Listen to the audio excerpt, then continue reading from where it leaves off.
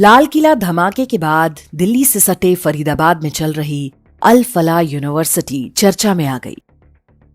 इस यूनिवर्सिटी के मालिक, यहां के प्रोफेसरों और छात्रों के नए नए कारनामे सामने आने लगे।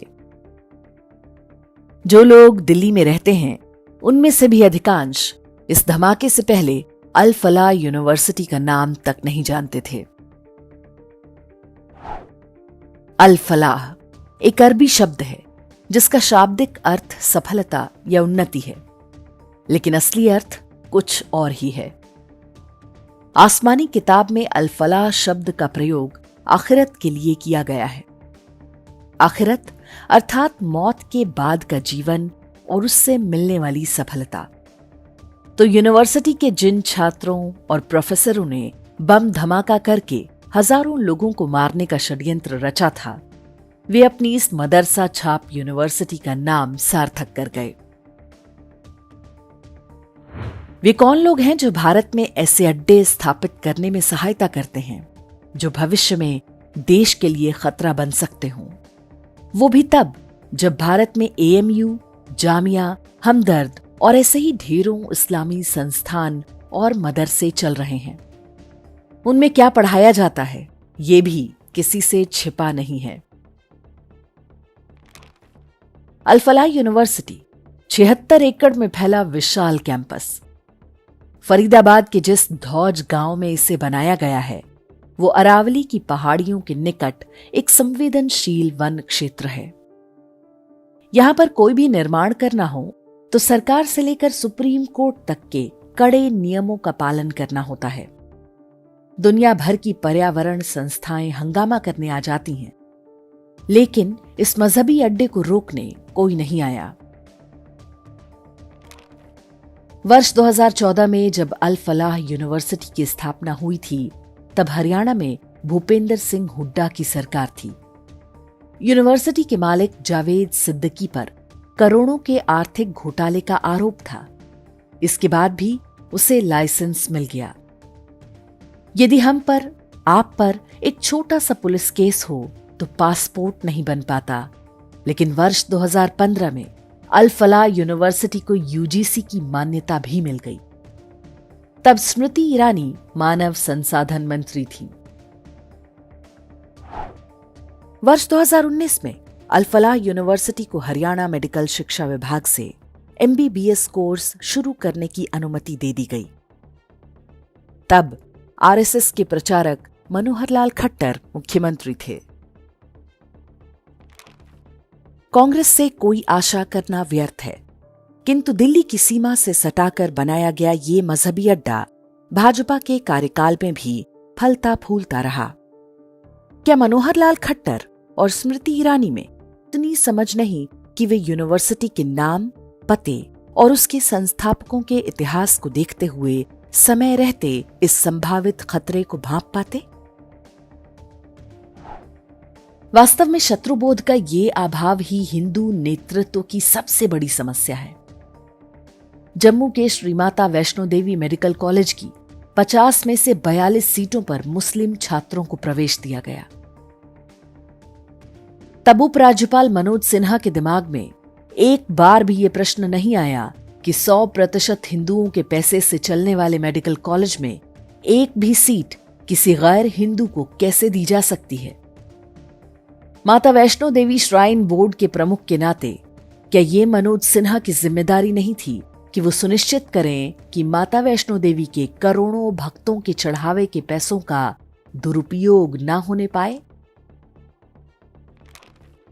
प्रयागराज में एक सैम हिगिनबॉटम यूनिवर्सिटी है। ये अपने शॉर्ट नेम शुअर्ट्स के नाम से जानी जाती है। पहले ये ईसाई मिशनरियों द्वारा संचालित एक मामूली सा कॉलेज हुआ करता था।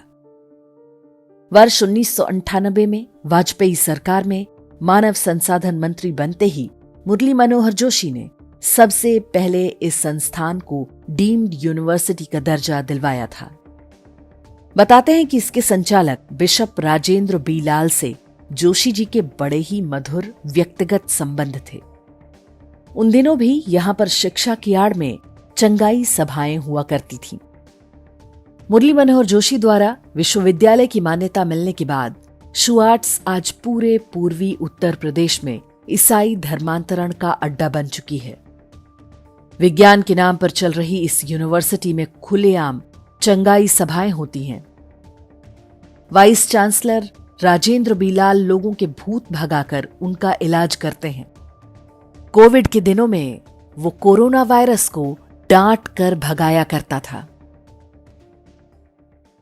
यीशु के नाम से हम इस तूफान को, इस महामारी को डांटते हैं। थम जा, थम जा, थम जा, थम जा, और हमारे लोगों पर अब कोई आक्रमण न कर। हमारे लोगों पर अब कोई आक्रमण न कर। हम तेरे अधिकार को समाप्त करते हैं। तेरे अधिकार को समाप्त करते हैं। जहां से तू आया है तुझे हम वहीं अथाह कुंड में भेज देते यीशु के नाम से। इस ढोंगी बिशप पर हत्या और धर्मांतरण समेत ढेरों आपराधिक केस दर्ज हैं। योगी आदित्यनाथ सरकार ने उस पर शिकंजा कसा तो सुप्रीम कोर्ट ने उसे बचा लिया। मुरली मनोहर जोशी ने जिस संपोले को दूध पिलाया था वो आज अजगर बन चुका है और धीरे धीरे गरीब हिंदुओं को निगल रहा है। एक समय था जब लखनऊ समेत उत्तर प्रदेश के सारे शहरों में मुहर्रम पर शिया सुन्नी दंगे हुआ करते थे। वाजपेयी जी जब प्रधानमंत्री बने तो उन्होंने दोनों समुदायों को आमने सामने बिठाकर विवाद हल करवा दिया।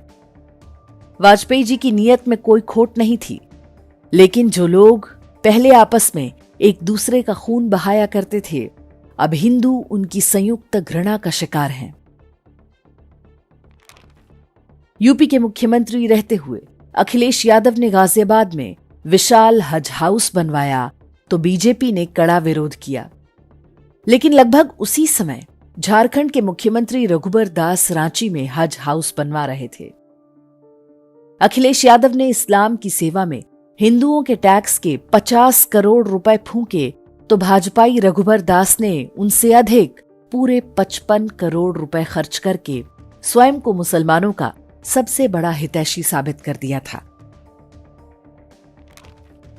फरीदाबाद की अल फलाह यूनिवर्सिटी के प्रोफेसर और छात्रों ने जो हजारों टन विस्फोटक तैयार किया था, उसका प्रयोग करने में यदि वे सफल हो जाते तो इसका बड़ा श्रेय मनोहर लाल खट्टर को भी जाता।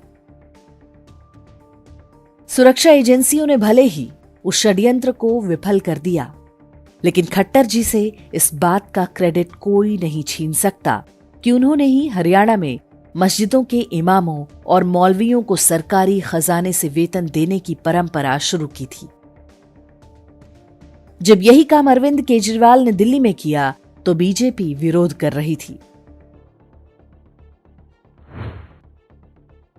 बिहार चुनाव से ठीक पहले ईद पर भाजपा ने सौगाते मोदी नाम से लाखों मुसलमानों को तोहफे बांटे थे। संभवतः उसी का रिटर्न गिफ्ट चुनावी मंच से प्रधानमंत्री की मां के लिए गाली के रूप में दिया गया था। लेकिन यह मृग मरीचिका समाप्त होती नहीं दिख रही। भाजपा अपने आधिकारिक सोशल मीडिया हैंडल से बता रही है कि कांग्रेस के समय सरकारी नौकरी में केवल 4.5% मुसलमान थे। बीजेपी ने उसे बढ़ाकर 10.5% कर दिया। मजहबी समुदाय के लिए 20 लाख रुपए तक लोन की योजनाएं चल रही हैं। काफिर का नेतृत्व या तो मूर्ख या बिकाऊ होता है। जो मूर्ख होते हैं उनमें महान बनने और सेकुलर कहलाने की ऐसी तीव्र इच्छा होती है कि उसके लिए वे किसी भी सीमा तक जा सकते हैं। दूसरी श्रेणी बिकाऊ नेताओं की है। हमें नहीं पता कि इस वीडियो में हमने जो भी नाम लिए हैं वे किस श्रेणी में आते हैं। इसका निर्णय हम आप पर छोड़ते हैं। हिंदू नेतृत्व के इस मतिभ्रम के बीच एक समाज के रूप में हम क्या कर सकते हैं? इसका उत्तर है कि हम दबाव बना सकते हैं। शिष्ट भाषा में सभ्य तरीके से अपना विरोध व्यक्त करते रहें। हिंदुओं के वोट लेकर जो नेता मजहब की सेवा पर अधिक ध्यान दे रहे हैं, उन्हें पता चलना चाहिए कि समाज उन्हें देख रहा है। समाज ने जब गांधी के कुकृत्यों को इतने वर्षों तक याद रखा तो वे भला किस खेत की मूली हैं?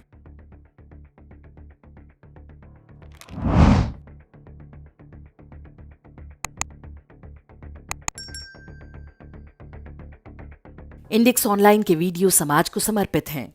आप इनको डाउनलोड करके जैसे चाहे वैसे प्रयोग कर सकते हैं। चाहे तो आप हमारे टेलीग्राम चैनल से जुड़ सकते हैं। वहां सारे नए पुराने वीडियो आपको मिल जाएंगे। हमारे सोशल मीडिया लिंक हर वीडियो के डिस्क्रिप्शन में होते हैं। हमारा एकमात्र उद्देश्य हिंदू समाज को जागृत और एकजुट करना है। इसमें सहभागी बने। धन्यवाद।